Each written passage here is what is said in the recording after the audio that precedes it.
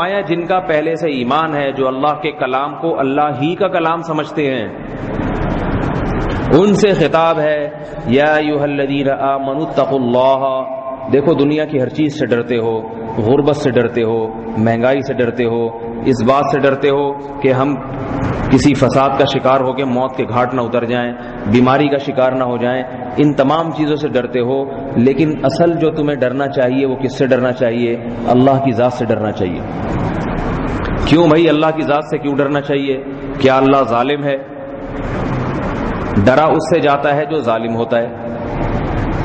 رحم دل ہو، رحمان ہو، کریم ہو، رؤوف ہو، غفار ہو، ستار ہو، اس سے تو محبت کی جاتی ہے، ڈرا تھوڑی جاتا ہے اس سے۔ آپ پر کوئی حاکم مسلط ہو جائے یا آپ کے علاقے میں کوئی پولیس والا آ جائے، جو کہ کبھی کبھاری آتا ہے۔ ابھی ہمارے یہاں جو ہے نا، پرسوں رات کیا ہوا، ایک فائر ہوا 3-4 بجے، اس کا ٹی کا فائر ہوا۔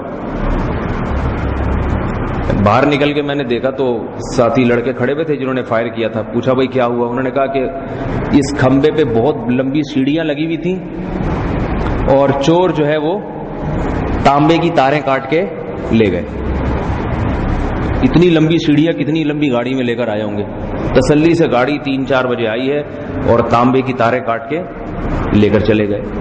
تو ویسے ہی ہم نے پوچھا کہ بھائی پولیس کو 15 پہ ڈائل نہیں کیا؟ تو ایک صاحب نے کہا بھائی پوچھا کہ 15 پہ ڈائل نہیں کیا؟ تو میں نے کہا کہ 15 پہ ڈائل کرتے تو ہو سکتا ہے انہی میں سے کسی کا فون بجنا شروع ہو جاتا۔ 15 پہ ڈائل کرنا ہو تو وہ جو سیڑھیوں پہ کھڑے ہوئے کاٹ رہے ہیں نا، انہی کی بیل نہ بجنی شروع ہو جائے، کیونکہ جس تسلی سے وہ تارے کاٹ کے لے کر گئے ہیں، فائر بھی ہوا ہے، اس کے باوجود واپس آئے، ایک تار جو رہ گئی تھی وہ دوبارہ گاڑی میں ڈالی، پھر لے گئے بہت آرام سے تسلی سے کہ بھائی فائر پتہ ہی ہوائی ہے، ایسے محلے پڑوس کے لڑکے کر رہے ہوں گے، بہت آرام سے۔ 15 پہ فون کیا جا رہا ہے، کوئی اٹھا ہی نہیں رہا۔ تو 3 بجے یہ کاروائی ہوئی ہے، فجر کی نماز تک بھی کوئی پولیس والا قریب میں نظر، بولو بھائی، مارکیٹ سے چینی اتنی شارٹ نہیں ہو جاتی جتنے پولیس والے شارٹ ہو جاتے ہیں۔ تو فجر کی نماز کے بعد تک بھی کوئی پولیس کی اطلاع نہیں تھی، تو سب نے یہی تذکرہ کیا کہ جو 15 پہ جو فون ملایا تھا وہ حقیقت میں انہی کا موبائل بج رہا تھا۔ تو جن کو پکڑنے کے لیے جس کو بلایا جا رہا ہے وہ خود وہیں موجود ہیں، تو وہ کیوں پکڑیں گے؟ کوئی اپنے آپ کو پکڑ کے لے کے جاتا ہے؟ اپنا گریبان پکڑ کے گھسیٹ رہا ہے جیل میں، چل بھائی۔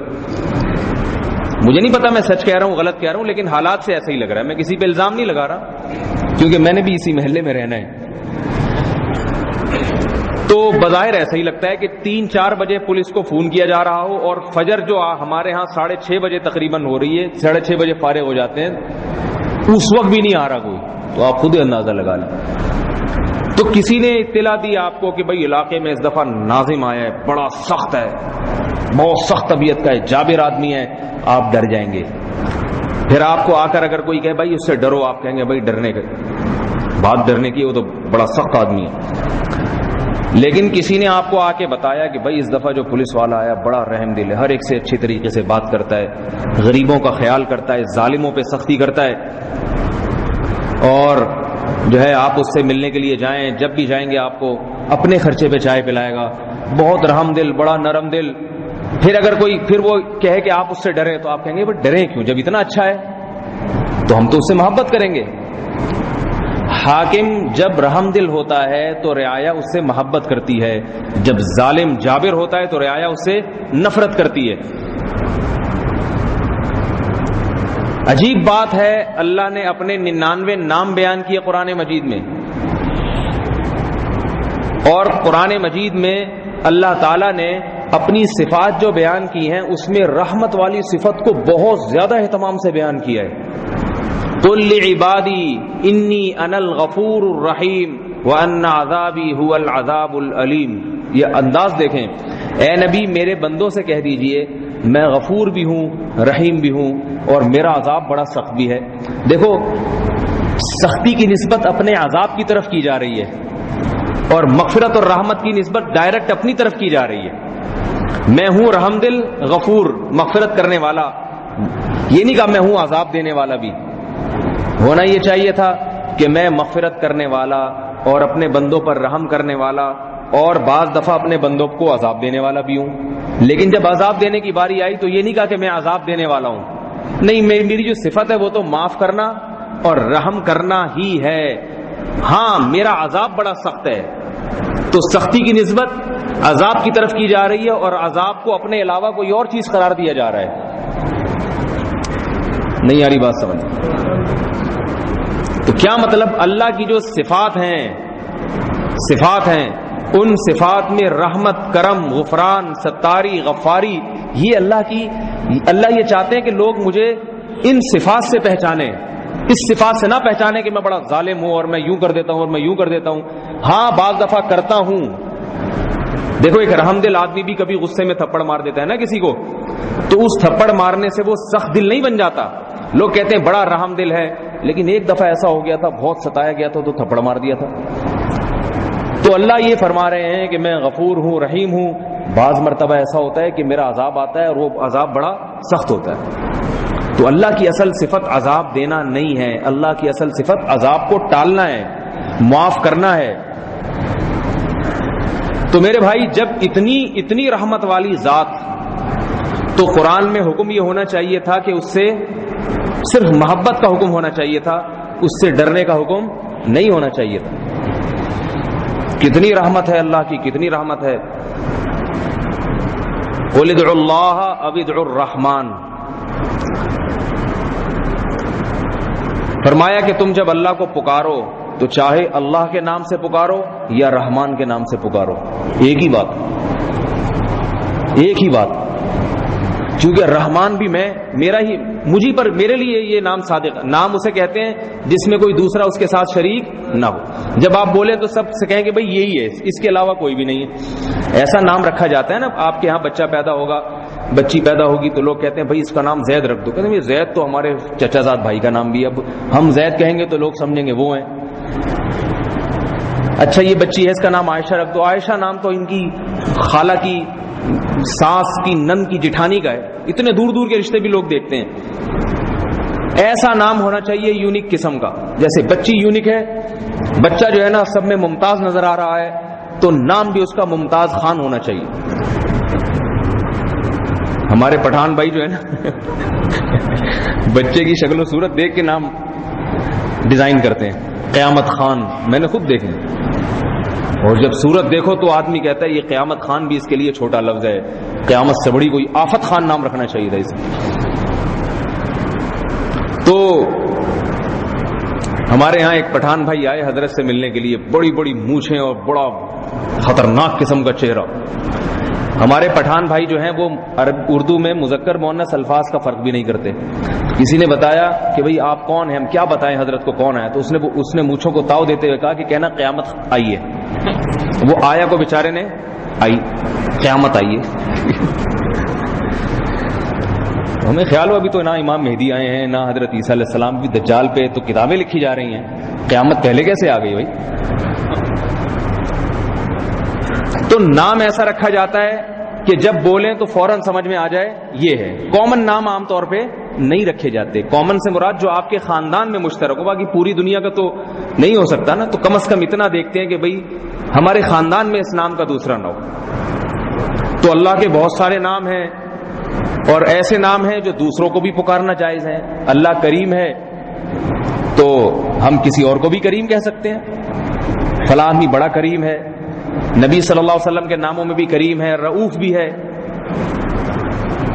رحمان جس کی رحمت سب پہ غالب ہو، اس کی ٹکر کی رحمت کسی میں نہ ہو. تو اللہ نے یہ نام اپنے لیے تجویز کیا اور فرمایا کہ جیسے لفظ اللہ میں کوئی دوسرا میرے ساتھ شریک نہیں ہے. کسی کا نام دیکھا اللہ آپ نے، تو ایسے ہی لفظ رحمان میں کوئی دوسرا میرے ساتھ شریک نہیں ہے. یہ نہیں فرمایا لفظ جبار میں، ذو انتقام میں کوئی میرے ساتھ شریک نہیں ہے. نہ نہ نہ، رحمت والی صفت اللہ کو اتنی محبوب، فرمایا کہ ایک ہی بات ہے، اللہ کہہ دو یا رحمان کہہ دو، ایک ہی مطلب ہے دونوں کا. دونوں سے میں ہی مراد ہوں گا، میرے سوا کوئی دنیا میں اس سے مراد نہیں ہو سکتا. تو اللہ نے اپنے لیے رحمان نام تجویز کیوں کیا؟ کسی کو جس صفت سے محبت ہوتی ہے وہ یہ چاہتا ہے کہ لوگ مجھے اس صفت سے پکاریں. آپ بہادر بننا چاہتے ہیں، آپ میں بہادری ہے تو آپ چاہتے ہیں کہ لوگ مجھے بہادر کہیں.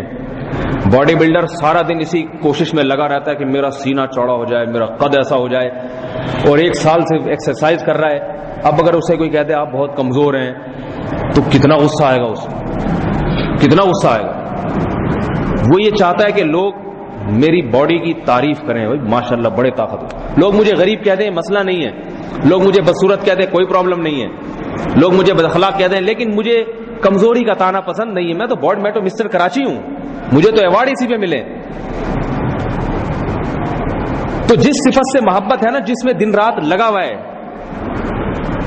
وہ چاہتا ہے کہ میری شہرت اسی حوالے سے. عالم چاہتا ہے میری شہرت علم کے حوالے سے ہو، مفتی چاہتا ہے میری شہرت علم کے حوالے سے ہو، لوگ جاہل نہ کہہ دیں. کیونکہ اس کے لیے اس کو جو اللہ نے شہرت دی وہ علم ہی کی بنیاد پہ دی. ایک سخی آدمی جس کی سخاوت کے چرچے دنیا میں مشہور ہوں، وہ چاہتا ہے میری شہرت کس حوالے سے ہو؟ سخاوت. مجھے کوئی کنجوسی کا تانا نہ دے. تو یہ انسان جو حسن و جمال میں کوئی اداکار ہے یا اداکارہ ہے جس کی شہرت حسن و جمال کی وجہ سے ہے، تو وہ کبھی نہیں چاہے گا یا کبھی نہیں چاہے گی کہ لوگ مجھے بدصورت کہیں. لوگ کمنٹ جاری کریں گے نا آپ بڑے خوبصورت ہیں، بس اس سے آدھا کلو خون اس کے جسم میں بڑھ جائے گا.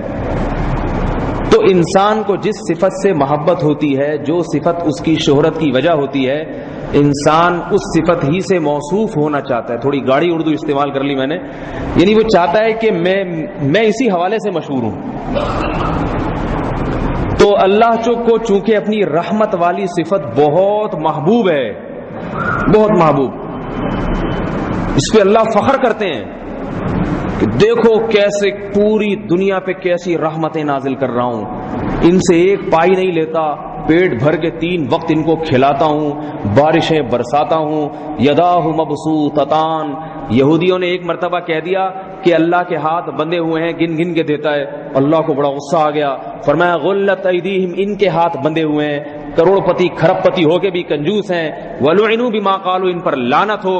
بل یداہ مبسوطتان، میرے تو دونوں ہاتھ کھلے ہوئے ہیں، دونوں ہاتھ. ينفق کیف یشاء، دونوں ہاتھوں سے اپنے بندوں پر لٹا رہا ہوں میں، اتنا رزق برسا رہا ہوں. یہ تو گورنمنٹ روک لیتی ہے، ورنہ اللہ کی طرف سے رزق کے خزانے کم نہیں ہیں. حکومتوں کی نااہلیوں سے چیزیں مہنگی ہو جاتی ہیں. اللہ رزق کے دروازے اللہ نے کھولے ہوئے، پھینکتا چلا جا رہا ہے، برساتا چلا جا رہا ہے. تو اللہ کو اپنی رحمت والی صفت بہت زیادہ محبوب. تو رحیم ہوگا تبھی تو یہ صفت محبوب ہے نا اس کو. حدیث میں آتا ہے کہ اللہ تعالیٰ نے جب اس کائنات کو بنانے کا ارادہ کیا، کیسی عجیب حدیث، تو اللہ نے تقدیر لکھنا شروع کی. فرشتوں سے کہا لکھو، تقدیر لکھی جا رہی ہے اس کائنات کی، کیا کیا بنے گا. پہلے تو وہ پاس ہوتا ہے نا، بھائی کوئی عمارت بنتی ہے تو نقشہ اور وہ ساری چیزیں پہلے پاس ہوتی ہیں، کیا خیال ہے. تو اللہ نے ساری چیزیں فرشتے سے کہا لکھو، بلکہ شاید اس وقت فرشتہ بھی نہیں تھا، تقدیر کے قلم سے کہا کہ لکھو. قلم بنایا سب سے پہلے اور کاغذ بنایا، جو بھی اس اللہ کی شان کے حساب سے ہوگا. تو اس سے کہا لکھو. اس نے پوچھا کیا لکھوں، سب سے پہلے کیا لکھوں؟ فرمایا سب سے پہلے لکھو سبقت رحمتی علی غضبی، میری رحمت میرے غصے پر غالب رہے گی. یہ نہیں فرمایا کہ مجھے کبھی غصہ آئے گا ہی نہیں، آئے گا، نافرمانیوں کو دیکھ کے غصہ آئے گا، مگر رحمت کا غلبہ غصے سے زیادہ. غصہ ختم نہیں ہوگا، ختم ہوتا تو پھر تو کبھی عذاب کسی بستی پر آتا ہی نہیں. رحمت ہمیشہ غالب رہے گی. جہاں رحمت اور غصے دونوں جمع ہو جائیں تو رحمت کو ترجیح دوں گا میں. سبقت رحمتی علی غضبی. اللہ کے نبی صلی اللہ علیہ وسلم نے ارشاد فرمایا کہ جب اللہ نے اس کائنات کو بنایا تو اب ظاہر ہے یہ کائنات سب اللہ کی محتاج، اس میں جتنی مخلوق سب اللہ کے رحم و کرم پر. تو اب اللہ چاہے ظالم بادشاہ بن جاتا، چاہے تو عادل بھی اگر اللہ بنتا نا، عادل کا مطلب انصاف کرنے والا، تو بھی ہم اور آپ زندہ نہیں بچتے، کیونکہ انصاف کا مطلب جو جرم کرے اس پہ کیس چلاؤ، روٹی پانی بند کرو. کیا خیال ہے؟ پھر ہم رہ لیتے. ادھر ہم ایک سگنل توڑتے ہیں، اگر حکومت انصاف والی ہو، جیسے امریکہ اور آسٹریلیا وغیرہ میں سگنل توڑ کے جائے گا، پکڑ لیں گے، اندر کر دیں گے، چالان ہو جائے گا. تو انصاف ہو پھر تو ہر ایک قانون پہ چلے گا نا، اور جو خلاف قانون کیا دھر لیا اس کو.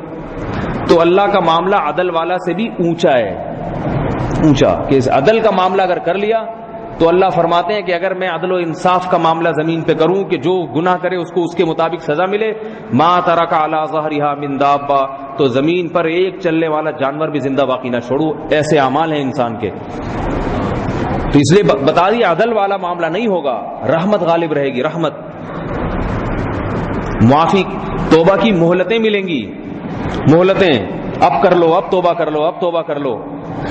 99 سال کا بوڑھا اگر آ کے توبہ کر لے موت سے پہلے، اس کی توبہ بھی قبول ہوگی.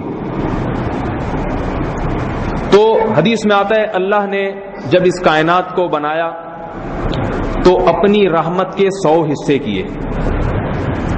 دیکھو اللہ یہ چاہتے تھے کہ مخلوق کے دل میں بھی رحمت کا جذبہ ہونا، ورنہ اللہ ہی رحم کرتا، مخلوق کا پر رحم نہ کرتی، بالکل بھی نہ کرتی. تو اللہ ہی کی رحمت تھی، اللہ نے چاہا کہ انسانوں کے اور جانوروں کے دلوں میں بھی کچھ رحمت کا جذبہ پیدا کروں تاکہ ایک دوسرے کو کاٹے نہیں. حدیث میں آتا ہے اپنی رحمت کے 100 حصے کیے، ایک حصہ مخلوق میں تقسیم کر دیا، 99 اپنے پاس رکھے، اور فرمایا یہ اس ایک حصے کے ڈیوائیڈ ہونے کے بعد اثرات ہیں کہ اونٹنی کا بچہ جب دودھ پینے کے لیے آتا ہے تو اونٹنی اپنی ٹانگوں کو کھول دیتی ہے تاکہ بچے کو تکلیف نہ ہو. یہ اس ماں کے دل میں جو جانور ہے اپنے بچے پہ رحم کا جذبہ، اس اللہ کی ایک رحمت کی وجہ سے ہے جو رحمت اللہ نے مخلوق میں تقسیم کی ہے. آج کسی کو کسی پہ ترس آتا ہے، آنکھ سے آنسو نکلتے ہیں ترس کھا کے، تو یہ اسی ایک رحمت کے اثرات ہیں یہ. تو جب میرے بھائی اتنا مہربان ہے، اتنا رحم کرنے والا ہے، تو ہونا یہ چاہیے تھا کہ صرف محبت کرو، ڈرو نہیں. کیا خیال ہے؟ شاید غلط کہہ رہا ہوں میں. ڈرنے کا کیا مطلب؟ آگے آیت میں اس کا جواب دے دیا، وَلْتَنظُرْ نَفْسٌ مَّا قَدَّمَتْ لِغَدٍ، فرمایا دیکھو آئندہ آنے والے کل کے لیے تم کیا اعمال بھیج رہے ہو. تو بتا دیا کہ اپنے یہ اللہ سے ڈرنے کا حکم در حقیقت تمہارے اپنی بدعمالیوں سے ڈرنے کا حکم دیا جا رہا ہے تمہیں. ایسا نہ ہو کہ اتنی رحمتوں کے باوجود بھی تم جہنم کے عذاب کے مستحق بن جاؤ اپنی بدماشیوں کی وجہ سے.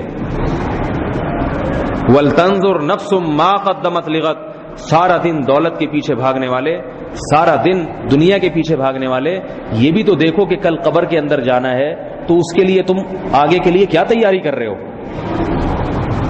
کتنی نمازیں ہیں تمہارے پاس، کتنی زکاتیں ہیں، کتنے غریبوں کا تم نے پیٹ بھرا ہے، کتنے غریبوں کا پیٹ بھرا ہے، کتنے خدا کے لیے کتنے روزے رکھے تم نے بھوکا. کھانا پینا تو ہر آدمی جانتا ہے، اور عجیب بات یہ ہے کہ آج مسلمانوں کی عبادتیں بھی کھانے سے شروع ہو کے کھانے پہ ہی ختم ہو رہی ہیں. ابا مر گئے، ایصال ثواب کے لیے کھا رہے ہیں. ہر چیز کھانے سے شروع ہوگی اور کھانے پہ ختم ہوگی. نبی صلی اللہ علیہ وسلم نے تو کھلانے کا حکم دیا ہے، کھانے کا میرے علم میں کہیں بھی نہیں ہے کہ آپ نے فرمایا جس نے 2 روٹی کھائی اس کو 20 نیکیاں ملیں گی، اور 4 پراٹھے جس نے کھا لیے اس کو 18 نیکیاں ملیں گی. کہیں میں نے ایسی حدیث نہیں سنی بھائی. بلکہ یہاں تک سنا ہے کہ بدترین چیز بھرنے کے لحاظ سے جو برتن ہے وہ انسان کا معدہ ہے. پیٹ بھر کے یہاں تک کھانے کو ناپسند کیا ہے، روزہ رکھنے کو پسند کیا ہے. آپ صلی اللہ علیہ وسلم پیر کے دن روزہ رکھتے، جمعرات کے دن روزہ رکھتے، ایام 20 چاند کی 3 تاریخوں میں روزہ رکھتے. ہم کھاتے ہیں جب ماں دودھ چھڑاتی ہے اس کے بعد سے جو کھانا شروع کرتے ہیں تو نان اسٹاپ کھاتے ہی چلے جاتے ہیں. مولوی صاحب کہتے ہیں یہ غلط ہے، حرام ہے، مولوی صاحب کی بات نہیں سنتے. ڈاکٹر کہتے ہیں یہ غلط ہے، ڈاکٹر کی نہیں سنتے. کھاتے کھاتے بالآخر ایک دن اس کھانے ہی کی وجہ سے دنیا سے، یعنی وجہ موت کھانا بنتی ہے. دیکھو آج کل جتنی بیماریاں ہیں کھانے کی وجہ سے ہو رہی ہیں نا. کیا خیال ہے؟ غلط تو نہیں کہہ رہا؟ وجہ موت کیا ہے؟ اصل تو کھانا ہے. وہ تو ڈاکٹر کہتا ہے یہ اٹیک ہوا تھا، یہ ہوا تھا، لیکن اٹیک کیوں ہوا تھا بھائی؟ کچھ غلط چیز کھا لی تھی نا رات کو کھانے میں. ضروری نہیں ہے کہ کسی کو اسی وجہ سے اٹیک ہو، کوئی بھوکا رہ کے بھی ہو سکتا ہے، لیکن عمومی ایک بات کر رہا ہوں میں. تو کھاتے چلے جاتے ہیں، تو کیا بتاؤ قبر میں اس کھانے کی وجہ سے ثواب ملے گا؟ فرشتے آگے پوچھیں گے آپ نے کتنا کھایا تھا؟ آپ کہیں اللہ صرف دن میں 8-10 روٹیاں کھاتا تھا. نہ تمہاری بخشش نہیں ہوگی. پڑوس والا جو ہے وہ اتنے پراٹھے اتنے انڈے کھا کر آیا، وہ جنت میں جائے گا. کیا خیال ہے آپ کا ضمیر، ہمارا اور آپ کا ضمیر یہ بات گوارا کرتا ہے کہ ایسا ہوگا قیامت کے دن؟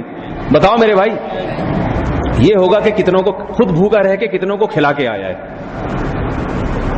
کہے گا قبر والا اے اللہ تیری خاطر وَيُطْعِمُونَ الطَّعَامَ عَلَى حُبِّهِ مِسْكِينًا وَيَتِيمًا وَأَسِيرًا.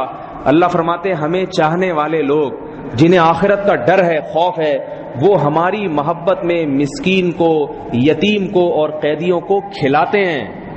کھاتے نہیں ہیں، کھلانے پہ زیادہ زور لگاتے ہیں. انما نطعمکم لوجہ اللہ، اور کھلاتے ہوئے ان سے یہ کہتے ہیں کہ پیسے نہیں چاہیے، اس کے شکریہ نہیں چاہیے، شکریہ بھی ادا نہیں کرنا. کیوں؟ انما نطعمکم لوجہ اللہ، ہم جو تمہیں کھلا رہے ہیں اللہ کو راضی کرنے کے لیے.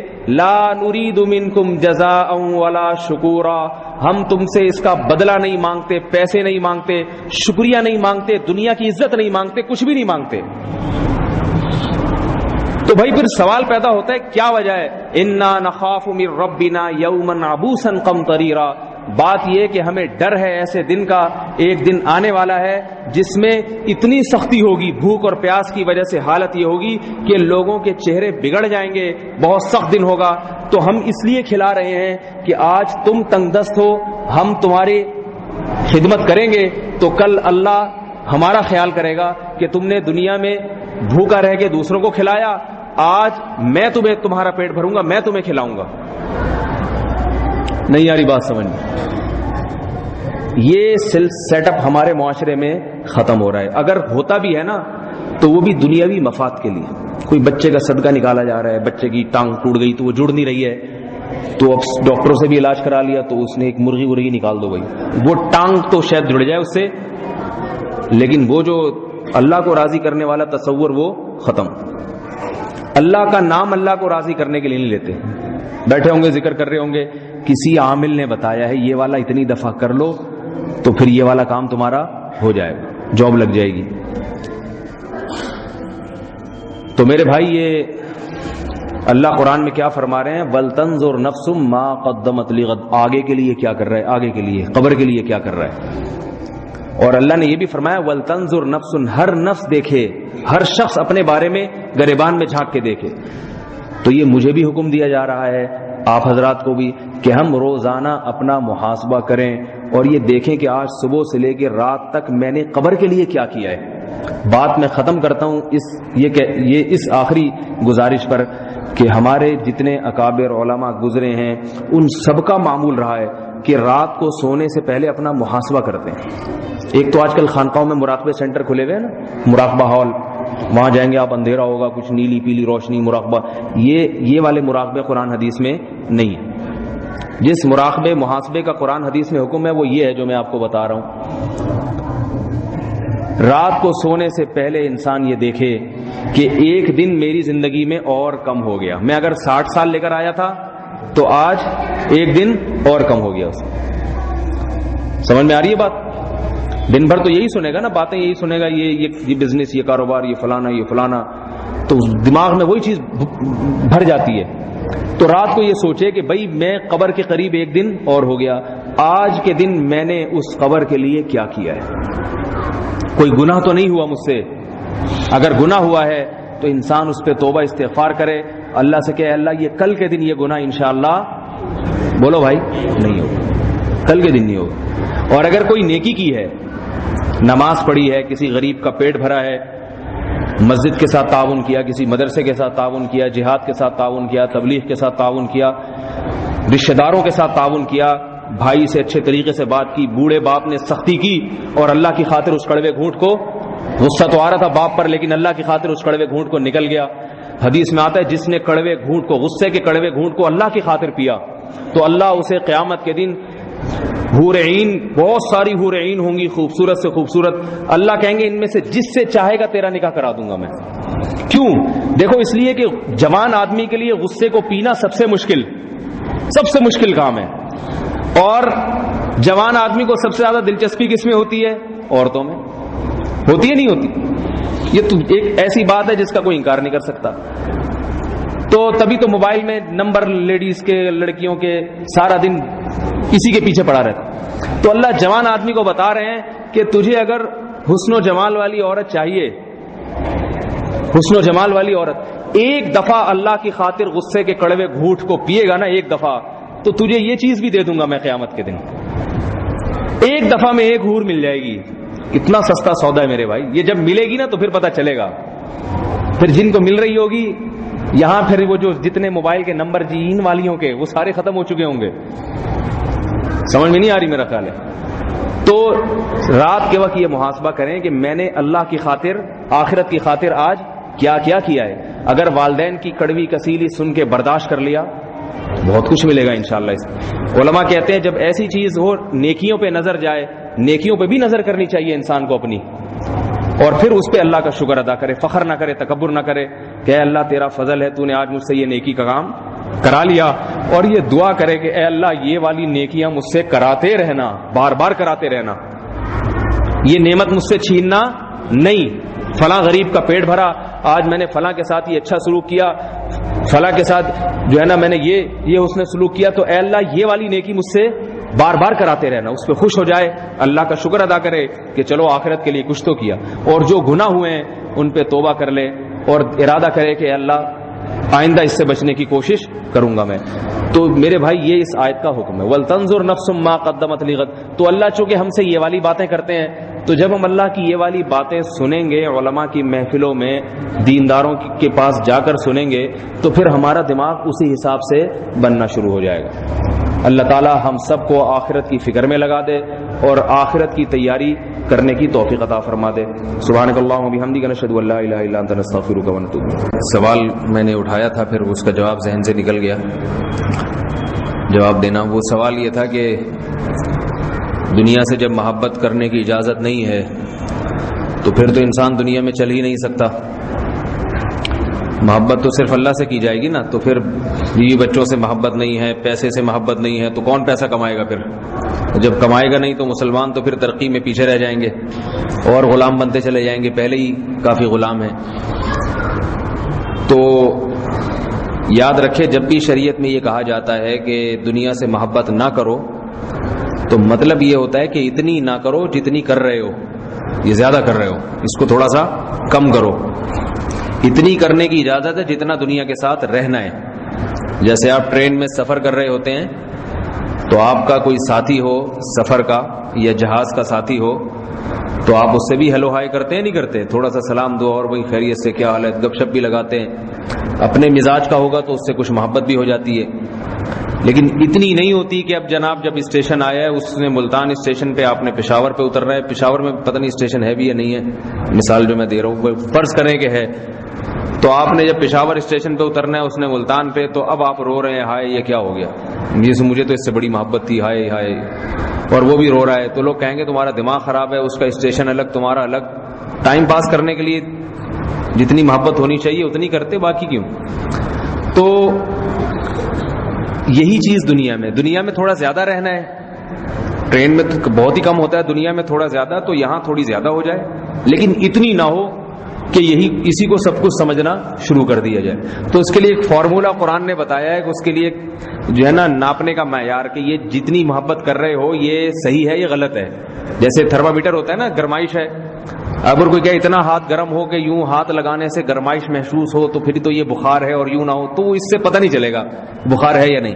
تو ڈاکٹروں نے اس کے لیے تھرمامیٹر کہ بھئی یہ بغل کے نیچے، یہ زبان کے نیچے رکھیں، اگر یہ پارا یہاں تک پہنچ گیا تو یہ جو ہے نا زیادہ بخار، یعنی یہ گڑبڑ ہے، اور اگر اس سے کم ہے تو پھر یہ جتنا بھی گرم ہو جائے یہ دھوپ کا گرم ہے، یہ اندر سے گرمی نہیں. تو یہ پیمانے ہوتے ہیں نا جس سے پتہ چلتا ہے کہ یہ صحیح ہے یا غلط ہے, یہ بیمار ہے یا صحت مند. تو محبت دنیا سے کتنی ہے؟ اتنی جتنی اللہ نے اجازت دی یا اس سے زیادہ ہے؟ اس کو بھی پیمانہ ایک تھرمامیٹر اللہ نے قرآن میں بیان کیا ہے. وہ تھرمامیٹر لگا کے چیک کر لیں گے, پتہ چل جائے گا بھائی یہ بیوی سے زیادہ ہے یا اعتدال سے ہے, دولت سے جتنی محبت کر رہا ہوں یہ زیادہ ہے یا کم ہے. تو وہ تھرمامیٹر کیا ہے؟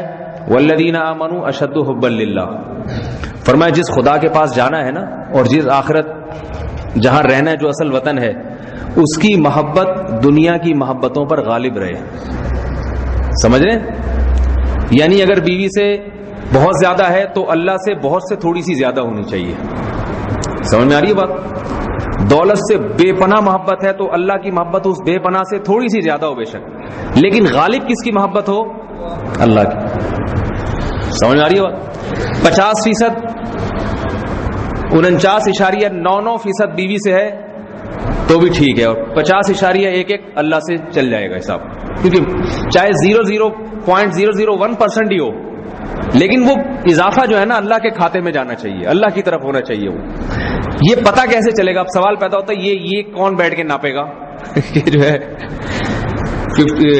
50.001 اللہ سے اور 49.99 جو ہے نا بیوی سے, یہ کون بیٹھ کے ناپے گا؟ یہ بھی ناپنا بڑا آسان ہے.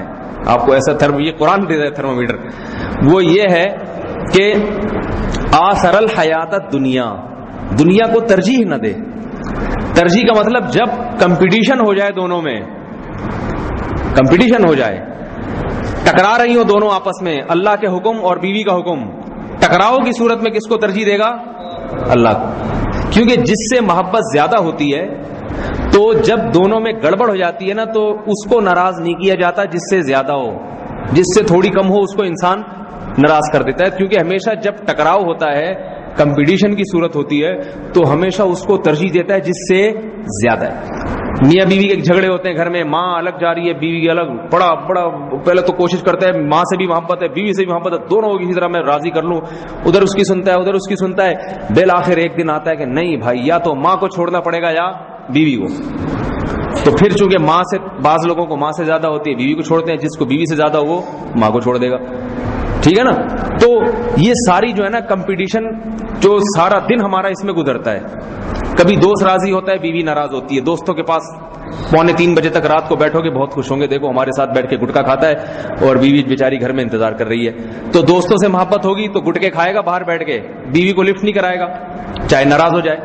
اور اگر اٹھ کے گھر جا رہا ہے, دوست ناراض ہو رہے ہیں, یار شادی سے پہلے تو گٹکے کھاتے کھاتے ہمارے ساتھ جوان ہوئے, شادی ہو گئی تو بیگم کے پاس, تو وہ کہے گا بھائی میں تمہیں ناراض کر سکتا ہوں, بیوی کو ناراض نہیں کر سکتا, اس سے محبت زیادہ ہے. تو شروع میں چونکہ ہوتی ہے, اس لیے شروع میں سب 12 بجے 10-11 بجے گھر پہنچ جاتے ہیں. اس کے بعد 1-8 سال گزرتا ہے, پھر وہی 2:45 والی روٹین پہ آ جاتے ہیں. تو انسان جو کمپٹیشن ہو رہا ہے نا آپس میں, تقابل, اس سے میں پتہ چلتا ہے کہ کس سے محبت زیادہ ہے. تو اللہ تعالیٰ بیوی سے محبت کو بھی منع نہیں کرتے بلکہ ترغیب دیتے ہیں. یہ رشتے اللہ نے بنائے ہیں, میاں بیوی کے رشتے, ماں باپ کے رشتے, بھائی بہنوں کے رشتے, ان کو تو جوڑنے کا حکم ہے, توڑنے کی اجازت نہیں ہے. ان کے ساتھ اچھا سلوک کرنے کا حکم ہے. اور اسی طرح شریعت نے معاشی ترقی کو بھی مسلمانوں کے لیے حلال قرار دیا, بلکہ اس زمانے میں تو واجب ہے, بہت زیادہ ضروری ہے. اگر نہیں کریں گے تو دوسری قوموں سے پیچھے رہ جائیں گے. لیکن ان تمام چیزوں کو اللہ کے احکام کے تابع لے کے چلنا.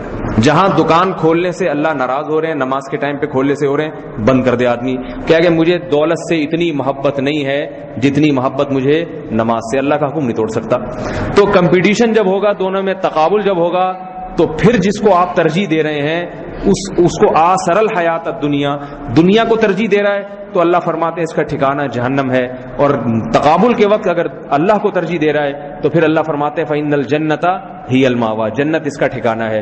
تو یہ اپنے اندر پیدا کر لو.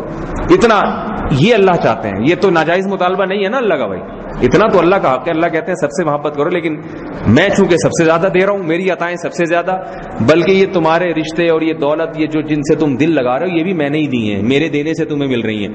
تو میں سب سے پہلے, باقی بعد میں, دوسرے درجے میں. تو ہم یہ کہتے ہیں ہم اللہ سے محبت کریں گے, مگر یہ والے سب سے پہلے.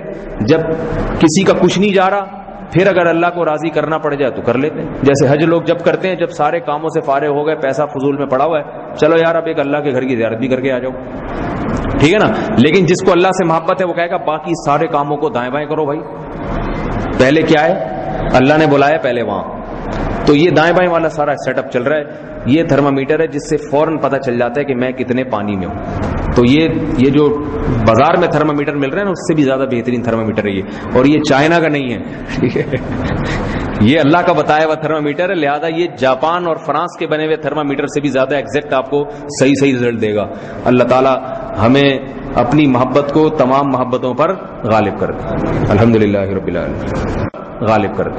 الحمدللہ رب العالمین. غالب کر دے. الحمدللہ رب العالمین. غالب کر دے. الحمدللہ رب العالمین.